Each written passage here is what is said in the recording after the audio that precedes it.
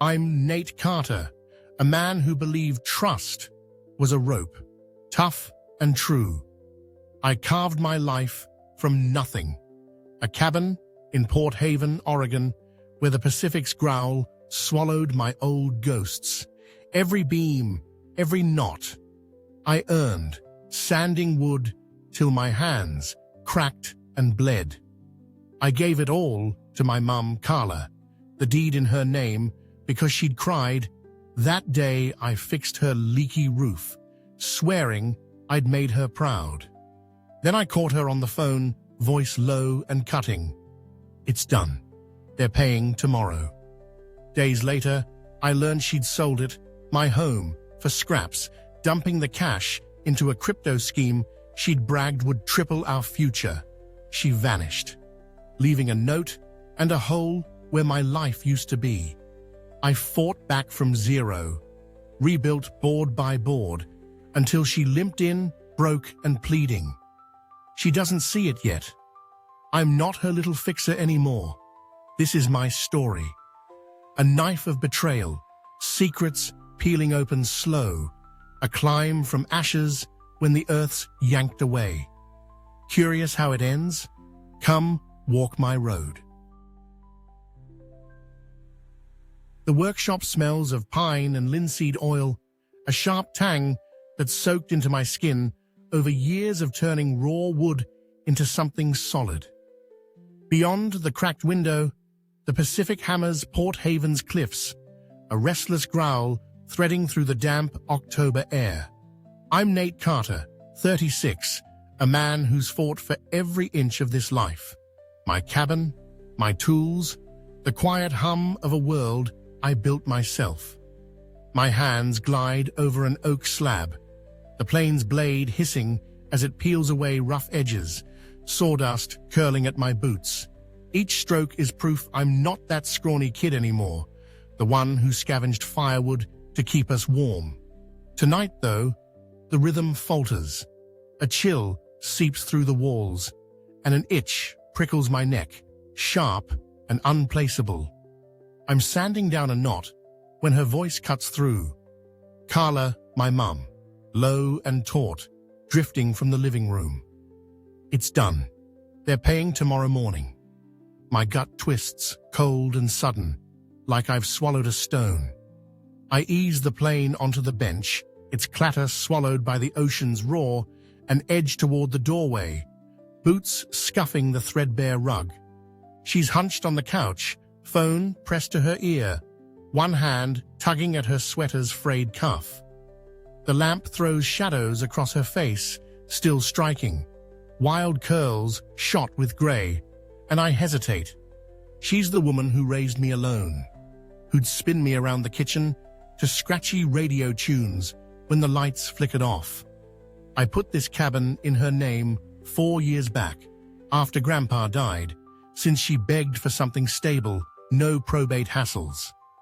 She'd said through tears as I patched her leaking roof, "You're my rock, Nate," and I'd believed her.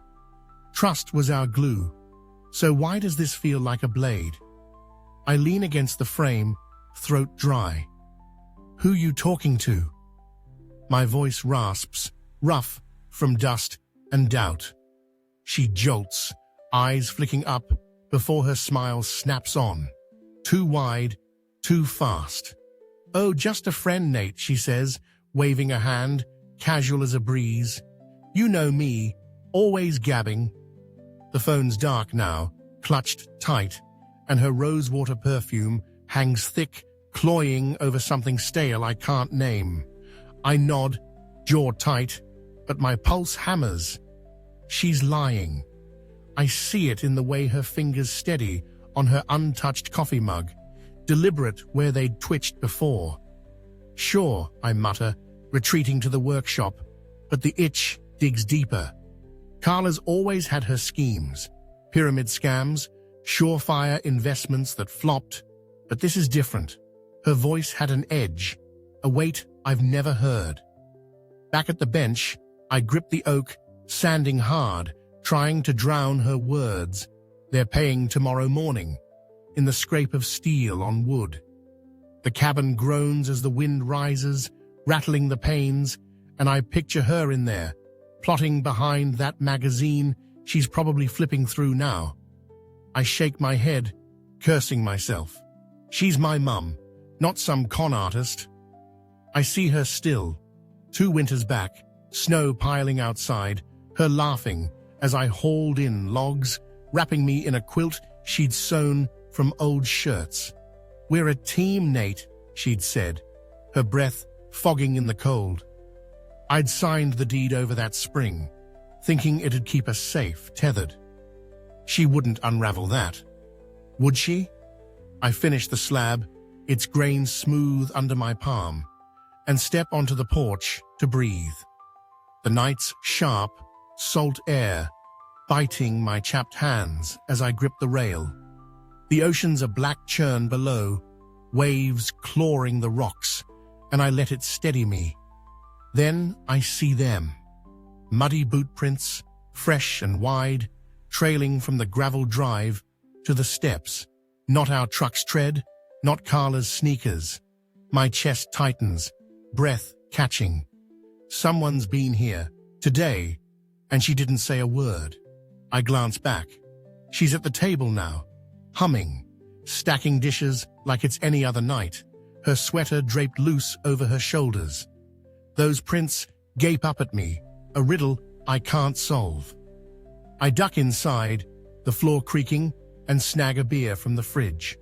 The cap twists off with a hiss, cold glass slick against my skin. "You have company today?" I ask, leaning on the counter, voice light as I can make it. She doesn't look up, just shrugs. "Mail guy, maybe. It's a mess out there after the rain." Her laughs, high, brittle, and my fingers tighten on the bottle. The mail guy drives a van, not boots that size, and he doesn't tromp to the porch. I sip, the bitterness sharp, and watch her stack another plate, hands steady now, too steady. I want to push, to demand who's been here, what's done, but the words lodge. She's my mum, my roots, the one who stitched me up when I split my lip falling off a ladder. So I swallow it, the doubt, the prints, the stone in my gut, and head to bed, her hum fading behind the ocean's growl. But as I lie there, eyes on the ceiling, I know something's shifting, and I'm not braced for the fall. 3 nights after her call, I'm hunched over my laptop in the workshop, the screen's blue glow flickering against the dark. The ocean's a faint thud outside, muted by the cabin's walls, but it can't quiet the buzz in my skull, the dread that's gnawed at me since I heard her whisper, "They're paying tomorrow morning." Her coat was gone yesterday, her humming silent, yet I'd told myself she was just out late, dodging the truth like always. Tonight, I can't anymore. The county property records load slow, each pixel a splinter in my gut. My beer sits warm beside me, the bottle's sweating rings onto the oak bench, and my hands hover, shaky, over the keys. I hit enter, breath held, praying it's nothing. Then it loads, and my world cracks open. The screen glares back. My cabin, sold, $600,000, transferred a month ago. Carla's loopy signature sprawls at the bottom, dated weeks before that friend call I overheard. My chest caves, air slicing my throat like shards, and I scroll again, desperate for a mistake. There's none. The buyer's an LLC, a meaningless jumble of letters, but her mark is real, etched in ink I can't unsee. I lurch up, chair scraping the floor, and grip the bench, nails biting wood. She sold it, my home, the life I carved from nothing, every beam sanded till my knuckles bled. I see her that first night here, pouring cocoa from a chipped mug, her grin warm as she clinked it against mine. To us, Nate. Lies. My legs buckle, and I catch myself, palms stinging against the grain. I stumble to her room, the hall groaning under my boots, and shove the door wide. Empty. Her bed's too neat, the quilt she'd stitched from my old flannel shirts folded crisp, mocking me. A note sits on the pillow, ink smudged. Sorry, sweetie, it's for the best. My fingers crumple it. Paper, cutting my skin. And a sound rips out, raw and ragged. She's gone, not just tonight, from everything. I spin, chest heaving, and spot the wastebasket by her dresser, stuffed full. I claw through it, receipts, gum wrappers, until a glossy pamphlet snags my grip, red and loud, Crypto Cash Revolution, triple your money overnight. My stomach plummets, bile rising. She didn't just sell it, she threw it into that scam she'd pitched last month over breakfast. Our big break, Nate, her eyes fever bright as I'd nodded, half listening. It hits me, a fist to the ribs. That call, those muddy prints, her steady hands on that mug, they were her plan. She'd used the deed I'd handed over after Grandpa died, when she'd sobbed into my shirt, pleading for stability, no probate tangle, a roof to call ours. I'd trusted her, given her my spine, and she'd traded it for a delusion. The ocean's thud swells, jeering through the walls, and I fling the pamphlet, pages scattering like ash. My breath soars, rage and grief tangling in my throat, but she's not here to face it. Just this hollow shell she left me in. I lurch to the kitchen, snatch my phone, and open the bank app, fingers clumsy. Our joint account, the one she'd always managed. You're no good with numbers, Nate, she'd teased. It's a flat zero, drained 3 days back. My savings, every dime from years of sanding and sweat, vanished with her. I slammed the phone down, glass splintering, and grabbed my jacket, the torn sleeve catching on my fist. I need out, but where? This isn't mine, hasn't been for weeks. The walls press close, cedar and betrayal choking me, and I stagger to the porch. The night's bitter, wind lashing salt across my face, burning the wet trails. I can't stop. I collapse into my truck, vinyl cold through my jeans, and clutch the wheel, knuckles bleaching. The engine coughs to life, headlights stabbing the fog, rolling thick off the cliffs. My head spins, stitching it all together. Her humming over dishes, her shrug about the mail guy, a mask I'd eaten up. She'd run the account, paid the bills, kept me blind while she plotted. I'd trusted her, my mum, the one who'd bandaged my hands after a sore slipped, who'd promised we'd rise together. Now I'm less than nothing. No home, no anchor, just a dupe with a busted phone and a truck. The pamphlet's promise, triple your money, echoes, and I choke on a laugh, harsh and hollow. She'd chased her dream, left me a husk, and I'd let her because I'd wanted her pride. The ocean pounds louder, waves smashing rock, and I press my forehead to the wheel, metal cold as my breath clouds the glass. I sit there, engine rumbling, fog swallowing the night. My phone buzzes, a text from Jake. You good? I don't reply. Can't. Good's a ghost I don't know. I shift into gear, pull onto the gravel, and drive nowhere, the cabin fading in the mirror. It's not mine, never was, since she signed it away. The road blurs, salt and fog stinging my eyes, and I clench the wheel, jaw locked. She's gone. The money's gone, and I'm alone, a shell rattling into the dark. But as the cliffs vanish behind me, one shard sticks, cold and sure. I'll claw through this somehow, with nothing left to break. 4 months have bled by since she gutted me, and I'm sanding tables at a dockside cafe now. Salt and fryer grease stinging my cracked hands. Port Haven's cliffs tower beyond the windows.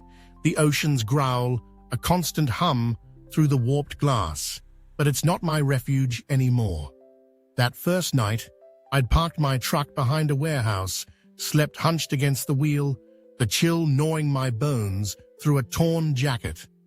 Jake, my old fishing buddy, tracked me down at dawn, hauled me here, and tossed me an apron. "Work's work," he'd muttered, and I didn't fight it. The cafe's a haze of clinking mugs and barked orders, my arms grinding sandpaper over splintered wood between shifts. Each stroke scrapes away a little more of her Carla, the mum who carved me hollow and vanished with everything I'd built. I don't speak of it, not to Jake, not to the fishermen who nod my way. The ache shows in how I sand till my knuckles split, how I haul crates till my back groans, how I collapse each night in a rented attic that reeks of damp wool and stale fish. It's a cramped hole above a bait shop, one window crusted with salt, but it's mine, scraped from my first $200 check after weeks of sweat. I lie there, eyes tracing the ceiling's fissures, the ocean's thud faint through the boards, and feel the void ease, just a sliver. I fix boats too, patching hulls for weathered men who pay in stew or silence. One, a greybeard with hands like oak, slides a thermos across his deck. For the kid who keeps going, and I clutch it, the heat searing past my throat into something deeper. Hank, the bartender, eyes me from behind the counter, his gaze keen under a grey buzzcut. He's an ex-trucker, built like a barrel, voice rough as crushed stone. "You're tougher than you look, Carter," he says one evening, sliding me a coffee, black and scolding, after a double shift. I shrug, sipping it, the burn coiling through my chest, but his words root in me. He's watched me drag a busted bench out back, sand it till it shone, not for tips, just to feel solid. "You don't reclaim what's lost," he grunts, polishing a glass, his knuckles ridged with old scars. "You build fresh." I nod, slow, and a crack splits the dark she left, light seeping through. I'm mulling his words 3 nights later, sanding a chair, sawdust dusting my boots, when my phone buzzes. An email, no name, subject, Port Haven lost, sent from Jake's cousin, a trucker who roams the coast. I open it, breath snagging, and see her. Carla, gaunt, curls flat, haggling outside a Reno pawn shop, a blurry snapshot off his rig's dashcam. "Crypto tanked," the message reads, nothing more. My hand clamps the sandpaper, grit biting my palm, and I stare at her, a ghost in a frayed sweater, eyes sunken with defeat. Rage flares, a hot spike, but a pang cuts through, unwanted, bitter. Pity. Her dream, the one she stole my life for, it's ash now. I delete it, shove the phone away, and sand harder, wood creaking under my fists. She's not mine to save, not after she broke me. The grind rolls on, and whispers spread, quiet, then sharp. A fisherman mutters my name to a reporter, a skinny kid who ambushes me at the cafe, notepad out. "Heard you lost everything, Carter," he says, voice eager. "And you're still standing." I wipe grease from my wrists, muttering, "Not your story," but he trails me to the dock, scribbling anyway. Next week it's in the paper. Son betrayed, starts anew. Too loud, too soft, and soon folks stare. A widow presses $50 into my hand for her porch. "You're a good one," her voice quaking. A boatman drops crab at the cafe. "Heard you don't quit." I push it back. The cash, the crab, keeping only my wages. I don't need their pity, their applause. I need this. The burn in my arms, the salt in my lungs, the proof I'm not dust. Nights, I perch on the attic's rusted fire escape, coffee cooling in my grip, the ocean a black sprawl below.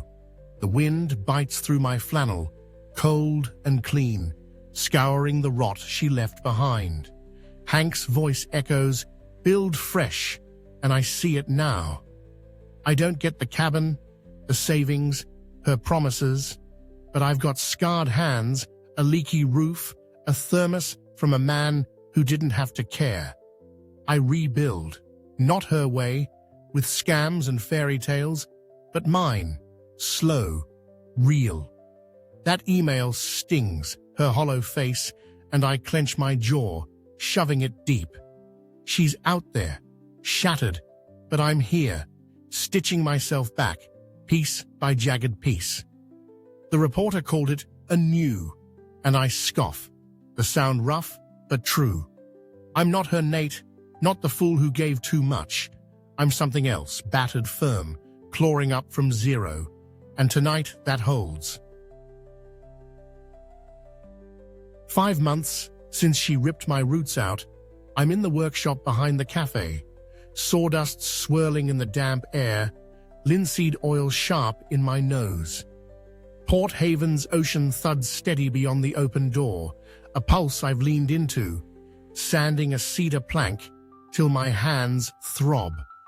The attic's rent is covered, my boat fixes earning quiet nods from the docks, and the void she left, it's not healed, but it's softer now. I'm rubbing sweat from my eyes, the wood smooth under my palm, when a shadow staggers across the concrete, frail and faltering. I lift my gaze, and there she stands. Carla, my mum, a wraith in the doorway.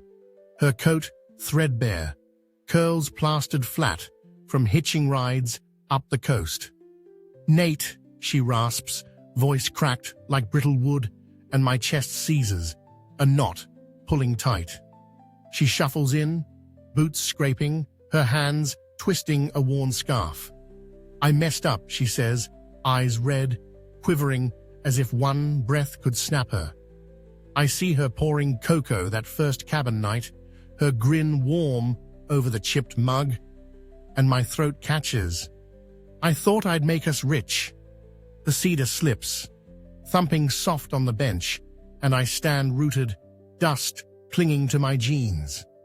She's a shell, shrunk from the woman who'd spun me around the kitchen, her laughter traded for this tremble. "Heard you were here from a fisherman," she adds, voice thin, and I flinch. The smallness of this town, a rope I can't cut. My fists clench, nails digging into my palms, and I stay silent, the air heavy with salt and unspoken rot. She edges closer, scarf unraveling. "The crypto crashed," she murmurs, as if I hadn't guessed from that Reno photo, her haggling in the dust.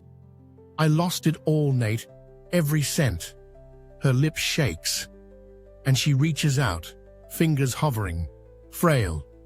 But I step back, the bench's chill biting my spine. I see her wrapping me in that quilt, snow piling outside, her breath fogging as she'd promised we'd rise, her eyes pool, begging, and I see her clear, not a monster, a dreamer who drowned us both. Rage surges, molten in my gut, but it twists with pity, a barb I can't pull free. She'd sold my blood for a lie, left me to scrape from nothing, and now she wants what? Absolution? My jaw grinds, the ocean's roar swelling, and I let it fill the space she can't. "I rebuilt without you," I say, voice steady, honed like the blade I'd sharpened at dawn. "I don't need you anymore." The words slice, clean, and cold, and her face caves, a choked gasp, slipping free. She'd left that note, "Sorry, sweetie," the pamphlet fluttering in her wake, and I'd clawed back alone. I turned to the bench, snag a rag, wipe my hands slow, the sting of oil anchoring me. She's still there, her shadow shivering, but I don't look up. I see my attic, damp and mine, the thermos from that fisherman, the crab I'd boiled on my own stove. She doesn't own that. I fish $40 from my pocket, crumpled from a hull patch last week, and press it into her palm, her skin clammy, cold as the fog outside. "Go," I say, stepping away, boots solid on the floor. She stares at the bills, then me, tears spilling, but she doesn't fight. Her shoulders sag, scarf trailing as she turns, boots dragging across the concrete. I hear the gravel crunch outside, her steps fading into the wind, and the knot in my chest unwinds, slow, a thread pulled loose. I grip the cedar, sand it fierce, the scrape drowning her echo, and the ocean's salt curls through the door, scouring her clean. She's gone. Not just her shape, but her pull, the chain I'd worn blind. I breathe deep, lungs burning, and feel the weight lift, a quiet I've earned. Later, I climb the attic stairs, boards groaning, and step onto the fire escape, coffee steaming in my grip. The night's crisp, stars stabbing the dark above the cliffs, the ocean a restless sprawl below. I lean on the rusted rail, metal biting my palms, and sip slow, the bitterness warming me. Her face flickers, that choked gasp, but it's faint, a wave receding. I see the cabin still, her quilt, her scams, but it's a ghost I don't chase. I've got this. Scarred hands, a leaky roof, a life I stitched from nothing. Hank's voice hums, "Build fresh," and it's mine now, not hers. The wind cuts, tugging my flannel, and I let it sharpen me. She'd begged, a wreck, but I'd stood, not the kid who'd swallowed her tears, not the fool who'd bared his spine. I'm Nate Carter, 36, a man who lost it all and forged something new, not her echo, my own. That reporter called it a new, and I'd scoffed. But here, coffee cooling, ocean thundering, it rings, rough and true. I tip the mug, the last drops glinting on the rail under starlight. She's out there, lost, but I'm here, free, battered but full, and that's my victory, silent, hard-won, mine alone. Looking back, I learned a simple lesson. Family can hurt you most, but you grow by picking up the pieces. Carla took my house, my money, my trust, left me with just my hands and a tough choice. I decided to keep going, worked hard sanding wood, built a new life from almost nothing, not because it was easy, but because it was mine. You don't just get over it, you make something new, even when the people you love let you down. I don't hate her anymore. She's just someone I moved past. But I'll always remember what happened. What about you? Has someone you trusted ever let you down? How did you get through it? I'd love to hear your stories. So leave them below. Let's share a bit. This is Nate Carter, finishing this part of my tale, but I'm not done yet. Life's messy, and we all keep trying, so I'll be back with more soon. See you next time. Keep going strong.